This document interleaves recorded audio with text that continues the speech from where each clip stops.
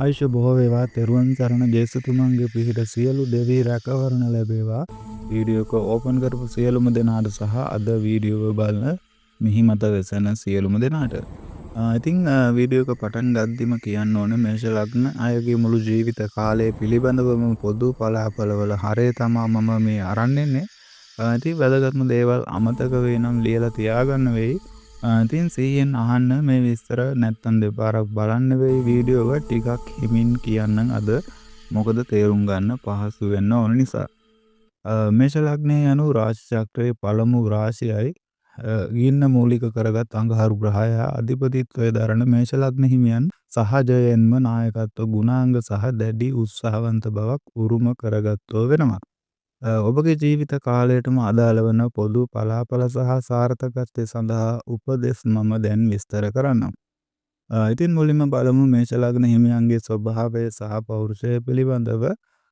ඉතා ක්‍රියාශීලී එඩිතර සහ ඕනෑම අභියෝගයකට නොබියව මුහුණ දෙන පිරිස විදියට මේ අයව නම් කරන්නට පුළුවන්. ඉක්මන් තීරණ ගැනීම සහ ඍජු බව ඔබගේ විශේෂ ලක්ෂණයන් විදිහට පෙන්වා දෙන්නත් පුළුවන්. ඉතින් මම පලාපල කියන්න ඕන දැන් පටන් ගත්තා. අහන්න ඕන ඉස්සල්ලාම ඇත්තද මේ කිව්වත් ටික කියලා. අපේ channel එකේ වීඩියෝ වයස අවුරුදු 13 ඉඳන් 65ට වැඩි අය දක්වා විශාල වයස් පරසරයක පිරිස බලනවා. ඒ නිසා මේෂ ලග්න හිමියන්ගේ ළමා කාලයේ සිට වැඩි වයස දක්වාමයි අපි අද මේ විස්තර නිර්මාණය කරගෙන තියෙන්නේ. ඒ නිසාම අපි දැන් බලමු මේෂ ලග්න හිමියන්ගේ ළමා කාලය පිළිබඳව.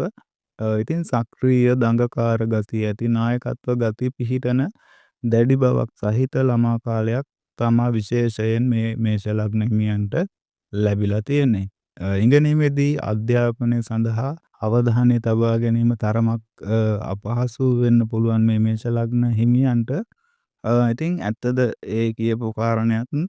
ඉතින් මේ වගේ ගැටලු තියෙනවා නම් ඒවා අවම වෙන්න කරන්න පුළුවන් දේවලුත් මම වීඩියෝ එක අතරමැද්දෙන් කියන්නම්. ඉතින් දිගටම රැඳිලා ඉන්න වීඩියෝ එකත් එක්ක.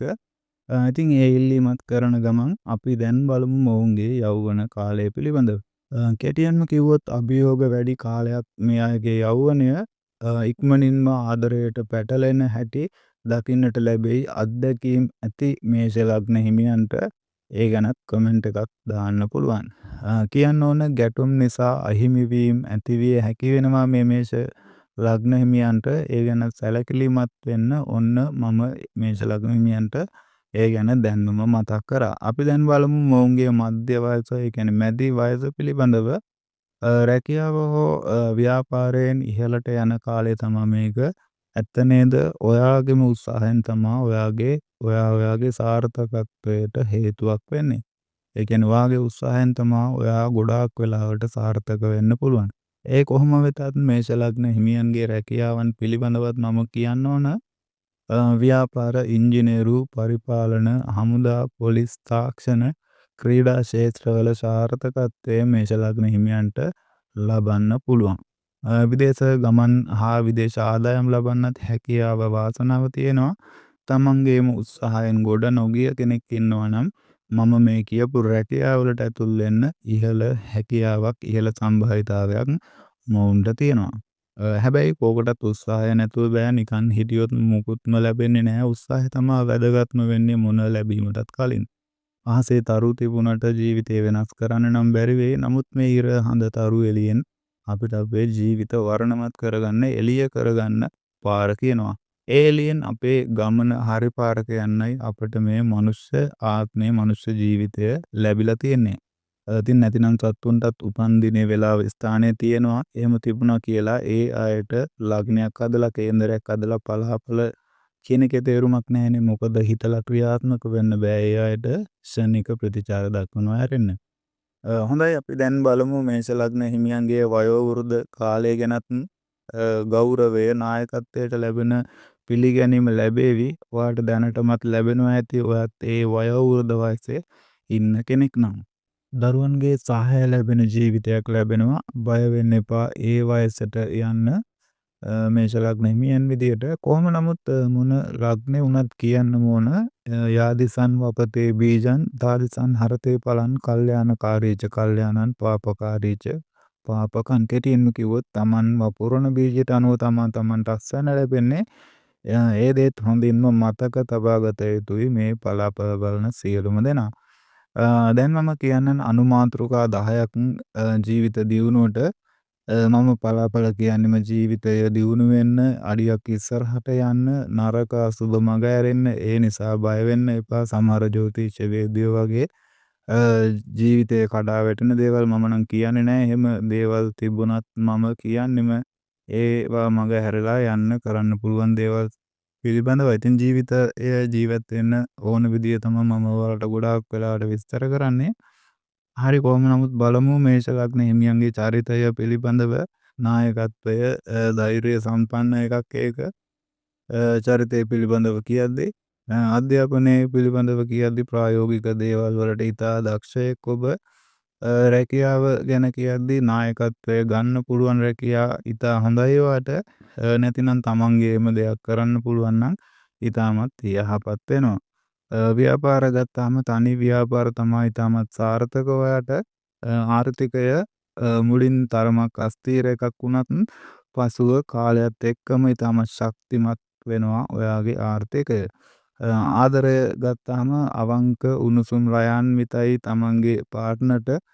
නමුත් ඉක්මන් තීරණ අවදානම් වෙන්නත් පුළුවන්. මොකද ආදරෙන් අන්ධ වෙලා ගන්න තීරණ මොන ලග්න හිමියට වුණත් වැරදි තීරණ වෙන්නත් ඉඩ කඩ තියෙනවා. විවාහය ආදරය නිසාම ඉක්මන් විවාහයක් වෙන්නත් පුළුවන්. එතන යම් අවදානමක් තියෙනවා. මම මේ කියන්නේ පොදු පලාපලයක් උපරිමයෙන් හැමෝටම ගැලපෙන විදිහට. සමහරුන්ට මේ ආදරෙන් ලැබෙන සහකරු සහකාරිය යහපත් වෙන්නත් පුළුවන්, අයහපත් වෙන්නත් පුළුවන්. එහෙම වෙන්න ලග්නයට අමතරව උපන්දිනය වෙලාව වගේ කරුණු සහ සහකරු සහකාරියගේ විස්තරත් බලපානවා. කොහොම නමුත් විශේෂයෙන් ප්‍රමාදයෙන් හොඳ සම්බන්ධයක් ලැබෙන්නයි වැඩි ඉඩක් තියෙන්නේ මේෂ ලග්න හිමියන්ට.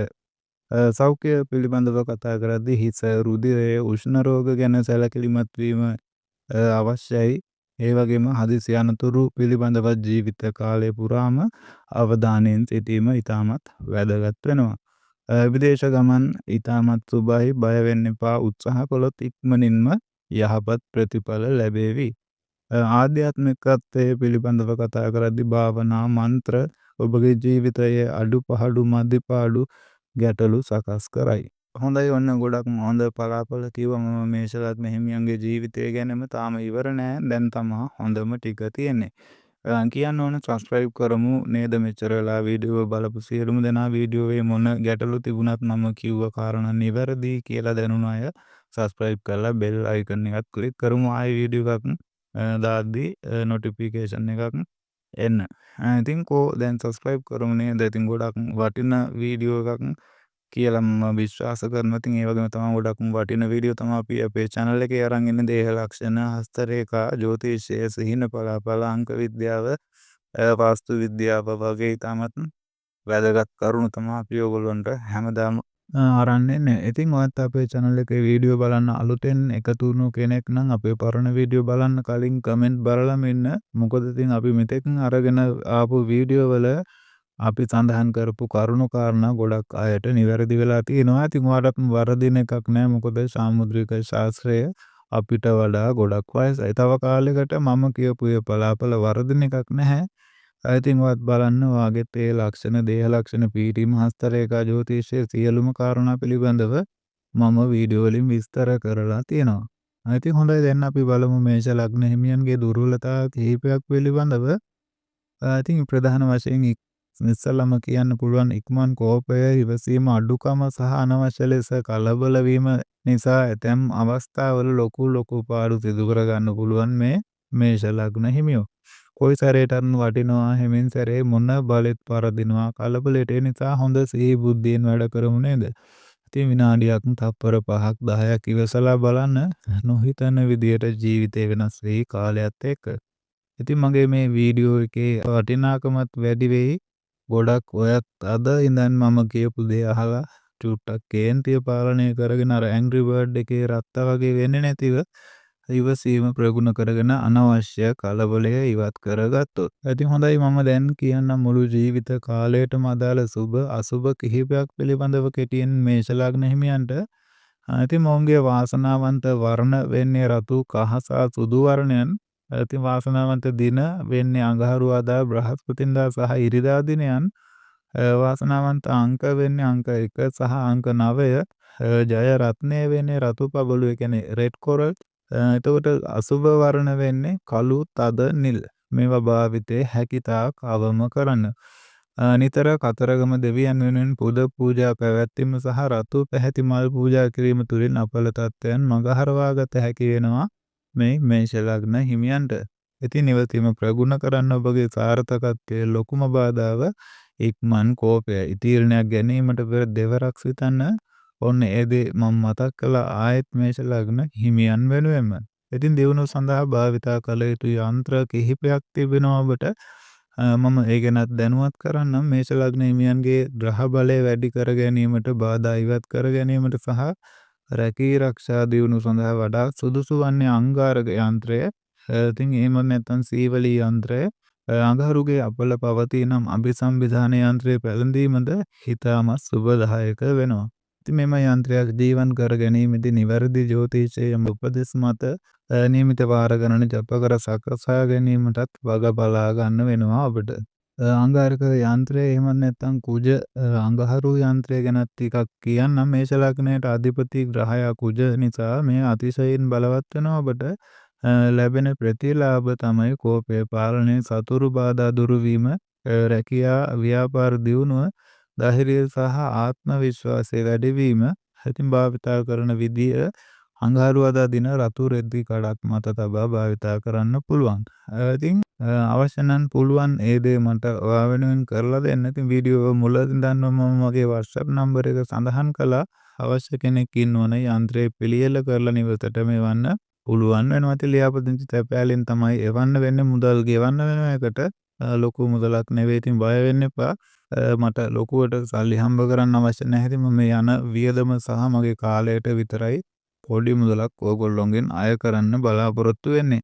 ඉතින් මට මගේ YouTube channel එක ගොඩක් වටිනවා. කාටවත් හොරයක්, බොරුවක්, වංචාවක් වෙන්නේ නැහැ. කෙනෙකුට අවශ්‍ය නම් විතරමයි ඒ දේ කරලා දෙන්නේ. කිසිම බලපෑමක් නැහැ. ගොඩක් අය මුදල් ගෙවලා කේන්දර පලාපල බලාගෙන තියෙනවා. මම මේ දේ කිව්වේ පොදු පලාපලයක් විදියට, පෞද්ගලික පලාපල තොරතුරු අවශ්‍ය නම් PDF එකක් විදියට හදලා එවන්නත් පුළුවන්. ඉතින් අවශ්‍ය කෙනෙක් ඉන්නවනම් ඒ ගැනත් ඔන්න දැන් මම මතක් කරා. ඉතින් අවශ්‍ය නම් PDF එකක් විදියට හදලා එවුවට පස්සේ ඔයගොල්ලන්ට පුළුවන් ඒක print out එකක් ගන්න. ඉතින් හොඳයි. ගොඩක් ස්තුතියි දිගටම රැඳිලා හිටිය හැමෝටම. කොහොමද මගේ පලාපල තොරතුරු අනිවාර්යෙන් කමෙන්ට් එකකුත් දාගෙන යන්න අමතක කරන්න එපා.